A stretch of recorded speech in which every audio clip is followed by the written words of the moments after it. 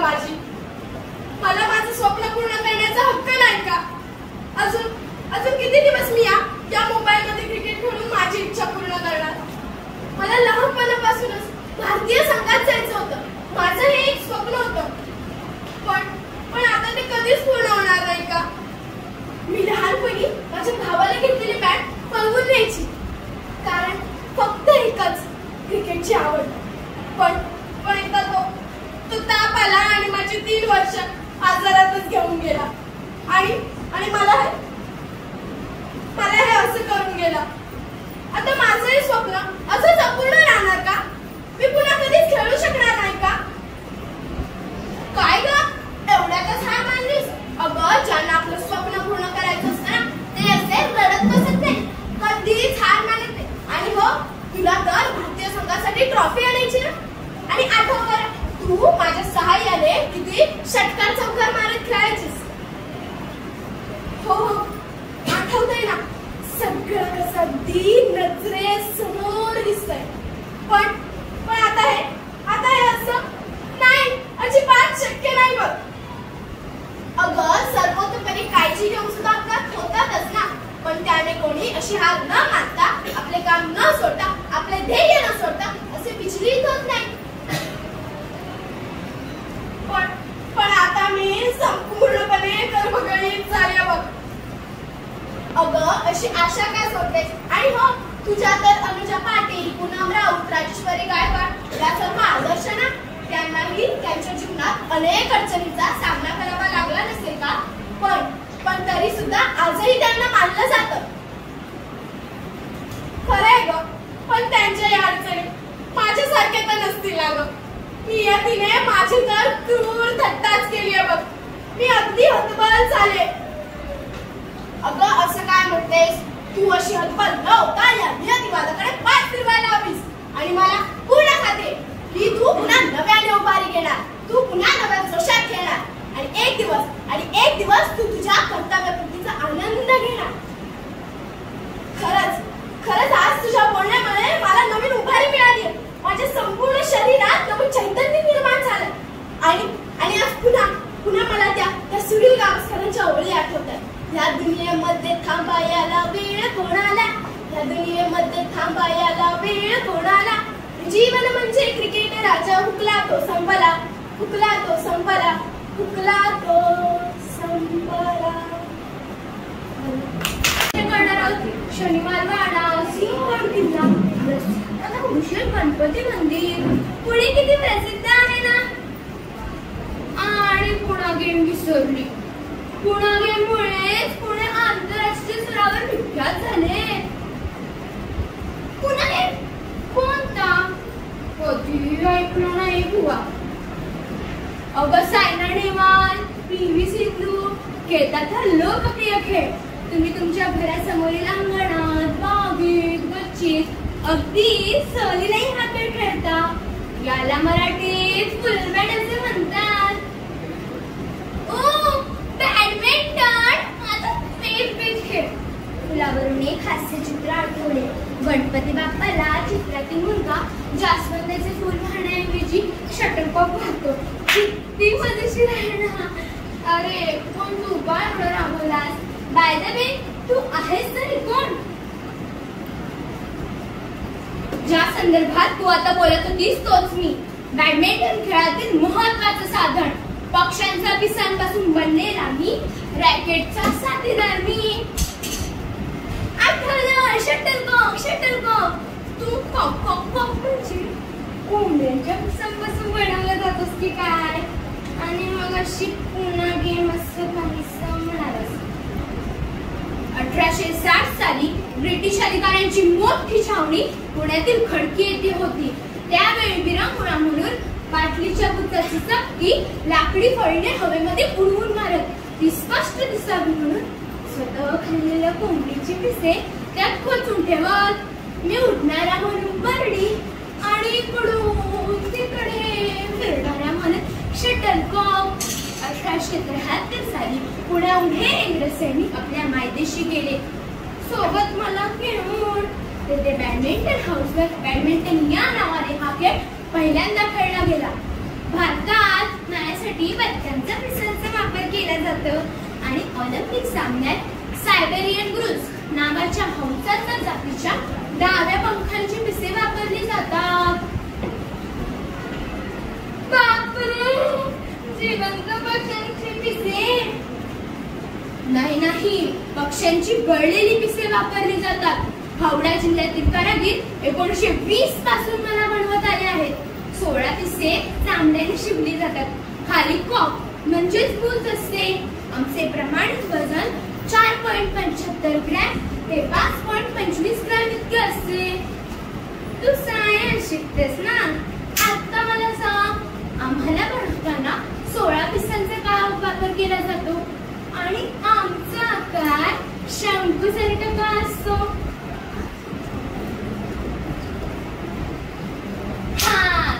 जेव्हा रॅकेटने तुला टोलवले जाते तेव्हा विस्कस फोर्समुळे येणाऱ्या अडथळ्यावर मात करून तू सरळ एका दिशेत जावंस म्हणून.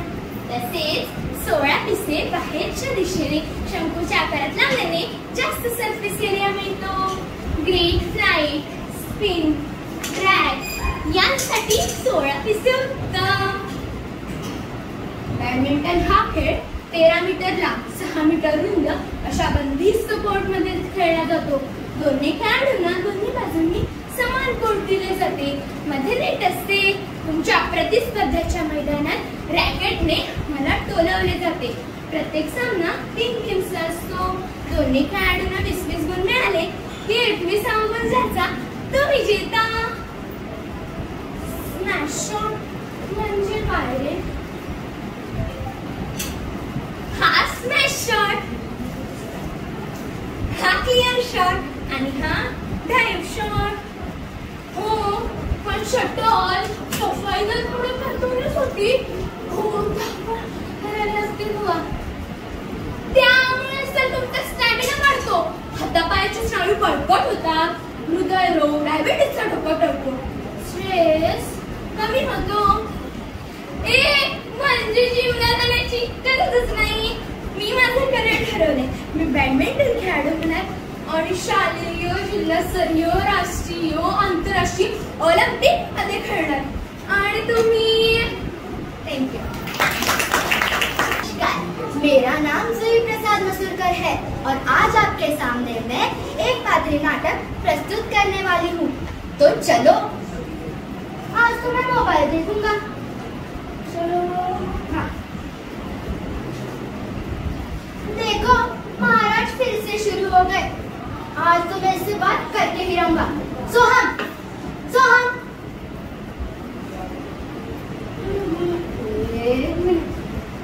आवाज कहाँ से आ रही है? मैं बात कर रहा हूँ. रैकेट. एक मिनट, ऐसे कैसे बात कर सकते हो? वो क्या है ना, मुझे आज बात करनी ही पड़ी. तुम्हारे जन्मदिन पर मैं भी तो मिला था इस फोन की तरह, परंतु तुम अपना सारा समय इस फोन में ही बिताते हो. तुम्हारे तीसरे जन्मदिन पर मैं मिला था, तब तक बहुत खुश थे तुम. मेरे साथ 4 दिन तक खेले थे, पर अब तो तुम मुझे भूल से गए हो. अरे अरे अरे, ऐसी बात नहीं है. वो क्या है ना, मैं विद्यालय से आने के बाद थक जाता हूँ, इसलिए तुम्हारे साथ खेल नहीं पाता. हाँ? घड़ी घड़ी नौटंकी, ये तो सब बहाने हैं. मैं सिर्फ अपनी बात नहीं कर रहा. तुम्हारी गेंद, फुटबॉल, हॉकी स्टिक जो तुम्हें तुम्हारे रिश्तेदारों ने तोहफे के रूप में दिए हैं, वो भी आज किसी न किसी कोने में पड़े मिलेंगे. क्यों दोस्तों, सच कह रहा हूँ ना? हाँ भाई हाँ, मेरी फितरत तो यहाँ वहाँ घूमना है, परंतु आजकल मैं किसी न किसी कोने में पड़ा रहता हूँ, जैसे कि मैं प्रदर्शन का खिलौना ढूंढा. अरे मुझे समय मिलता कहाँ है। रैकेट भाई सच कह रहे थे, घड़ी घड़ी नौटंकी। मैंने अपने आंखों से देखा है, जब तुम विद्यालय से आते हो बैग ऐसा फेंकते हो जैसे आगे कुछ काम ही नहीं, और टीवी चालू करते हो। फिर तुम्हारी माँ तुम्हें चिल्ला कर कहती है, सोहम चलो कपड़े बदलो और हाथ पैर भी धो लो। तब जाके तुम अपने कपड़े बदलते हो और हाथ पैर धोते हो। क्यों, सच कह रहा हूँ ना? हाँ, थक जाता हूँ मैं, इसलिए कुछ काम नहीं कर पाता। अरे भाई तुम थक जाते हो क्योंकि तुम्हारी कसरत नहीं हो पाती, और कसरत नहीं हो रही है इसलिए तुम आलसी बन गए हो और तुम्हारी आंखें कमजोर हो रही है। अरे सोहम, तुम अपने शरीर के साथ खेल रहे हो। तुम्हारे शरीर को कसरत की बहुत आवश्यकता है। अगर तुम कसरत करोगे तो तुम्हें ठीक से भूख लगेगी, ठीक से भूख लगेगी तो तुम ठीक से खा पाओगे और आरामदायक नींद पाओगे, और इससे तुम्हारी तबीयत स्वस्थ रहेगी। अरे पर अभी भी मैं स्वस्थ ही हूँ, देखो। और वैसे भी मैं घर पे आने के बाद बहुत सारे खेल खेलता हूँ, बास्केटबॉल, वॉलीबॉल, डॉजबॉल, कितने सारे खेल हैं ये। अरे वाह, हमें तो नजर नहीं आते। वो क्या है ना, मैं मोबाइल में खेलता हूँ इसलिए नजर नहीं आता। ये काफी नहीं है मेरे भाई।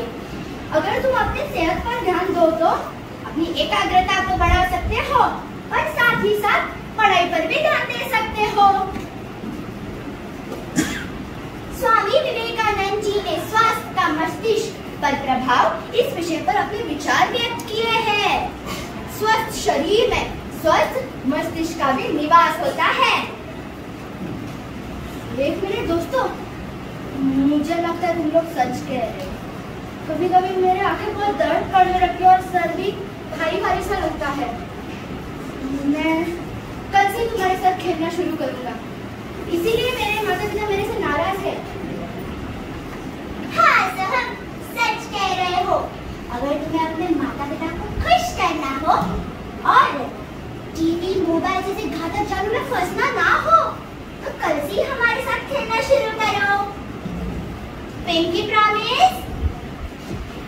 हाँ, पिंकी प्रॉमिस। धन्यवाद।